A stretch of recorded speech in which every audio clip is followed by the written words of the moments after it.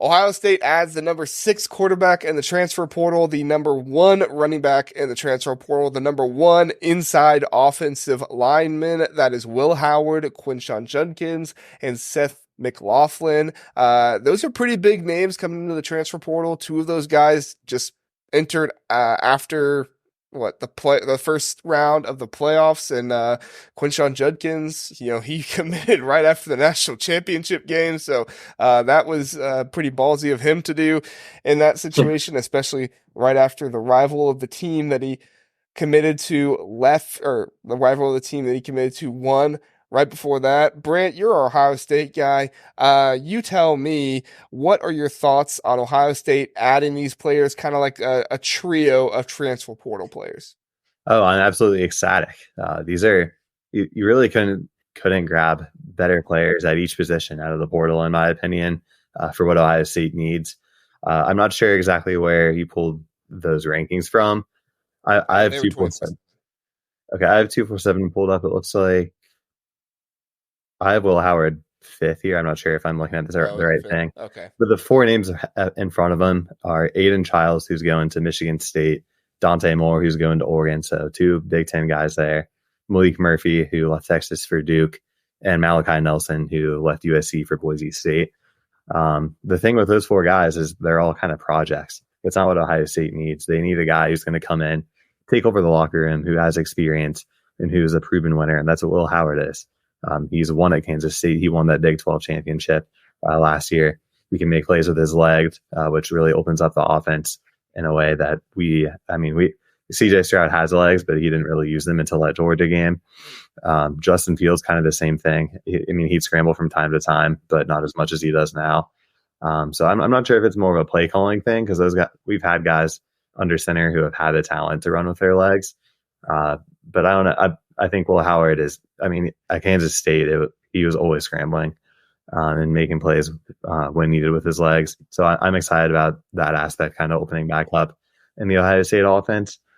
I'm super excited. I think he's the perfect fit for the offense. And then Quinshon Judkins, best running back in college football, in my opinion, last year. I was surprised to see him hit the portal.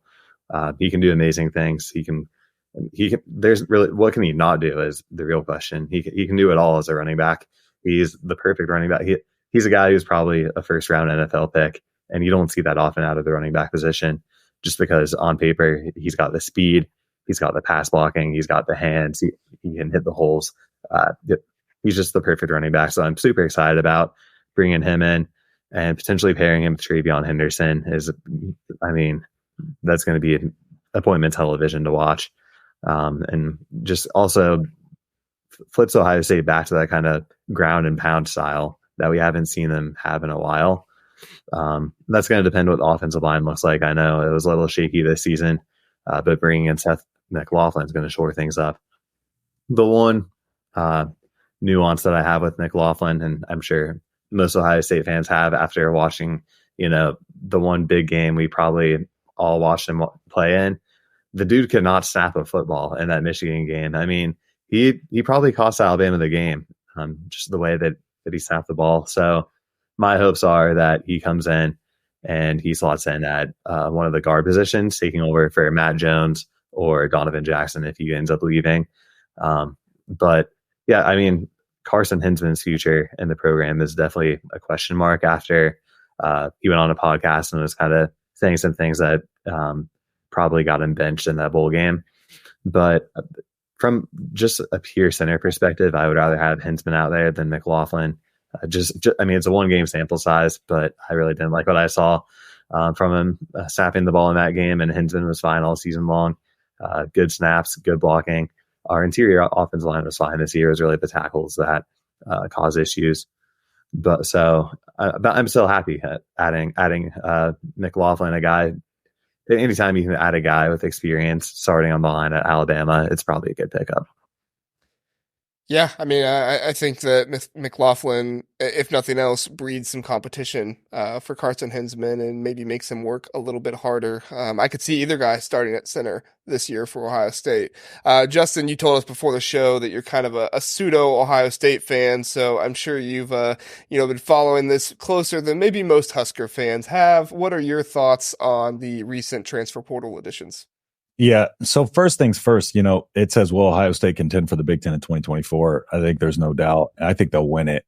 And I think they'll be, firmly in the top three positions, three top spots. I think overall, they were a top four team this year. I think yesterday's game proved it because, Ohio State went blow for blow with Michigan and just came out on the wrong end of it barely. But they were clearly one of the best four teams this year. I don't think the quarterback swap, I think it's more of a lateral move. And that might be why they're going a little bit more potentially to the run game. Quinshon Judkins, 3-star recruit. I believe he was, number 2 overall player in the portal at one point. 1,500 yards and 16 touchdowns as a freshman this season, 1,100 yards, 271 carries over the course of his, 2 years. So he's been able to take on a big workload and prove that he can last. 15 touchdowns this year, 16 touchdowns last year. Big physical guy, but he can receive 22 receptions, 149 yards and a touchdown. They run the RPO kind of style there. But, with Mine Williams leaving, Travion Henderson undecided right now, this is such a huge pickup just because of the main Travion Williams not being decided yet, because Travion Henderson, sorry, that became, the biggest question mark for this Ohio State team next year after the quarterback position was cemented. So I think he's going to just light it up. And like Brent said, I think he's going to be a very good back NFL prospect as well. Seth McLaughlin, the snap issues, his last game wasn't really the best show or what he can offer. He's got 2 years to play. He's a 5th-year center, but he's got the 2020 COVID year. He redshirted his first year. So I believe he has 2 years to play. But I also agree he's going to move over to guard. There's no way they're going to keep him at center, especially, he even had a bad snap on the last play of the game there. And so fun fact, though, he's from Buford, Georgia, which is where Dylan Raiola played football last year. Just had to throw a little nugget in there. But he started all 14 games. He played better in 2021 and 2022, according to PFF, than he did in 2023. It's a 70 graded 2021 and 2022 and about a 54 in 2023. I think Ohio State sees the potential, though. I think Ohio State sees the potential there, and I think they feel like they can bring him on, and moving him to guard will make all the difference. And I agree. The dude's a big physical lineman. I think he answers a big part of the question of what this Ohio State team is going to look like schematically next year. And it's going to be heavy dose on the ground. And I think Will Rogers becomes a little bit of a game manager style of quarterback. But I 100% think Ohio State is going to be one of the best teams next year. And I think personally, I think they were the second or third best team this year as well. Yeah, I mean, Gabriel, you wrote a nice little piece on Will Howard for the Big Banter blog. So obviously you've done your homework there. Tell us what you think about Will Howard and sprinkle in a little bit more about Quinshon and Seth McLaughlin as well. Yes, JR. I appreciate you mentioning the bigbannersports.com/blog post that I wrote. That's, it's a very well written piece. I highly recommend you checking that out. But I'd like to take a moment to maybe disagree with my Nebraska brethren for a moment. It's okay to disagree on outside teams because we know Nebraska's back. So that's as long as we're like this on that fact, that's all that matters. But in terms of Will Howard being a lateral move, I just personally don't see that. I do see this as an upgrade, mainly because they ran really similar systems. Kansas State and Ohio State did. And what I don't want to do is hold something against them that is beyond their control. So the offensive line wasn't exactly great for Ohio State in critical moments. That being said, when McCord did have time and did have opportunity, I think his footwork let him down, and he short-armed a lot of passes. And Will Howard is just more fundamentally sound for me and a little more accurate with the deep ball. And so that's why I think Will Howard is an upgrade in that regard. But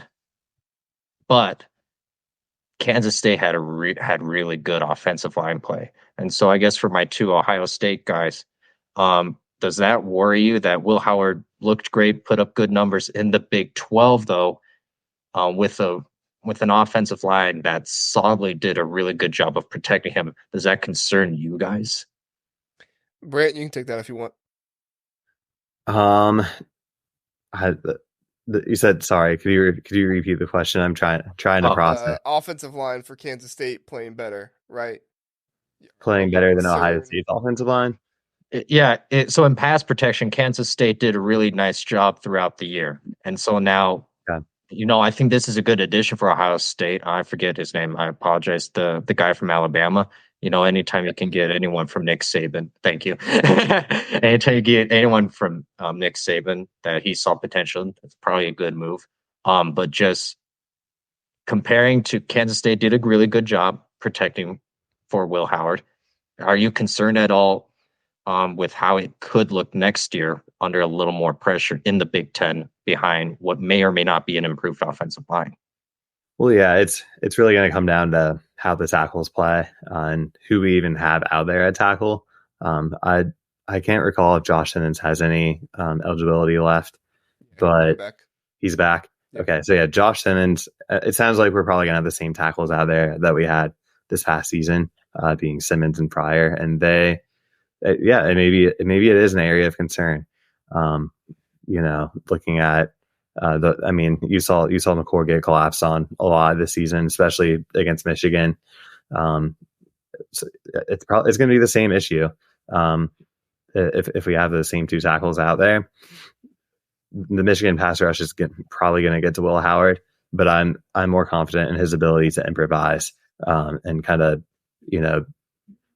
make plays with his legs, get out of the pocket, scramble out of the pocket, and throw to the open receiver. He just has more mobility than McCord, so he's kind of more fit for playing with a worse offensive line, in my opinion. Yep. What do you think, Justin? Yeah, so I think another factor in this too is, McCord. Their offensive line may have not been better over there, but McCord's playing in the Big Ten, against much tougher defensive lines, and their offensive lines playing against much tougher defensive lines. I think my question will be, is Justin Fry getting fired? And what is the, because I know Ohio State overall, the fan base, not high on Justin Fry. I'm not. Is it one of those things where they're going to push him out of there this offseason and maybe they can get another coach in there that can come in and revamp him? Or did Justin Fry recruit Seth McLaughlin? That's another thing, that if Justin Fry recruited Seth McLaughlin, then he's definitely going to be there next year. Yeah, I think, a big thing for me is that Justin Fry has not shown himself to be this massive recruiter in the transfer portal or in just regular recruiting. So for me, I find it hard to believe that Justin Fry was just this crazy, good influence to get Seth McLaughlin there. I feel like that was probably more Ryan Day's doing, maybe a little bit more of Brian Hartline as the offensive coordinator. For now, rumors are Ohio State's going to hire a different offensive coordinator and Brian Hartline will go back to wide receivers. But I think overall, Seth McLaughlin sees an area where he can start, maybe not at center, maybe at guard, or maybe he will be at center, who knows. And so I think that is probably what's more attractive to him rather than Justin Fry. And I do want to circle back to what Gabriel was asking, because I think it kind of goes into what you were asking there, Justin. Will Howard, when I watched his tape, and I didn't just watch the highlights, I watched, full games. When I watched his tape, he does a much, much better job of navigating the pocket than Kyle McCord did. Kyle McCord drifted backwards, sometimes drifted into the pass rush. I was actually not super down on Josh Simmons this year. I felt like there were some plays where he did a good job, and Kyle McCord just kind of drifted into the pass rusher that was trying to speed rush around Josh Simmons. And so my thought is, I think we have talent on the offensive line. I think that Josh Simmons has good feet. He, is a pretty twitched up guy to where he can make these things happen. But my issue is the technical things. I see these guys in 3-point stances when they should be in 2-point stances at times. I see, bad hand placement. There were a few holding calls where I saw the tackles, like they literally had their hands around the shoulders of the guy they were blocking. Like you're getting called holding for that every single time. And so it's like, who's teaching them that? Is it Justin Fry? I don't know. A lot of people are telling me that Justin Fry is a good coach. I don't see it. I don't see what he's done with this offensive line to make it look good. So I think Will Howard is a better option for the offensive line because he has better pocket presence. But I am just not a Justin Fry believer. Personally, I kind of hope that whatever offensive coordinator comes in says, hey, I need this offensive line coach to come with me, and he moves on from there. Does that answer your question, Justin? Yeah, and to your point, I doubt he's coaching that into him, but his job is to coach that out of him, and he's not doing that. Right. And that's a huge thing as well. So, all right. Does Ohio State contend for the Big Ten? There's been like one time in my lifetime when Ohio State didn't contend for the Big Ten. So my answer is going to be yes, they will probably contend in this situation. Gabriel, you with me on that? They're going to contend? I am. They were one drive away from potentially going to the Big Ten championships themselves. So 100%. I want to ask my Ohio State brothers one more question. You have to beat the team up north if you're Ohio State, and Ryan Day has not done that. But seeing how this year they were this close, and is this next year, and they're now revamping, like it looks like they are retooled. If nothing else, they're going to be about the same as they were this year. Is this a must win for Ryan Day against Michigan next year? I mean, go ahead, Brent. I was going to say, we thought this year was a must win. And it came down to the wire, but we ultimately couldn't pull it off in Ann Arbor. That just makes this coming year, even more of a must win. I really do think that if Ryan Day loses 4 in a row, he might be canned and Ohio State might look elsewhere. And I think he knows that. But as far as actually getting it done, he needs to instill that dog mentality into his guys. I mean, Eli Drinkwitz, after the bowl game, talked a lot about Ohio State being soft and how Missouri was just bigger, stronger, more physical, more athletic than them. And he wasn't wrong when he said that. The team did go kind of soft, and they've looked very soft in those Michigan games the past few years as well. I do really like what I saw from the defense this year from Jim Knowles, and a lot of those guys are coming back. I think a lot of those guys have the right mentality. And I think if some of those guys can step up in the locker room and kind of instill it throughout the locker room, maybe a leader in Will Howard, who I believe can instill that, then I think Ohio State can take that step forward and can finally get it done. Yeah, Ryan Day has to beat Michigan this year. Yeah. Or he's gone. Then he might get, if he doesn't next year, especially if Harbaugh leaves, he might get the Herm Edwards treatment at Arizona State and get fired before he leaves the field. Yeah. The only thing that would save him if he doesn't beat Michigan is if he wins the national championship. Which, if you lose to Michigan, you may not make it there. You may get fired before that even happens. But yeah, I mean, right, and I think you kind of see with Ryan Day, going after these transfer portal guys, he knows he's coaching for his job this season, and we'll see how it goes. That'll be fun. I don't know. Thanks for listening to the Big Ten Huddle. Please do like and subscribe. We appreciate that. If this was your first time listening, we are the Big Ten Huddle. We cover all things Big Ten football and basketball. We have a long episode every Sunday, Tuesday, and Wednesday night, all at 9 o'clock. So come in, check us out, get in the chat, let us know what you're thinking. We would love to have you join us and learn more about the Big Ten.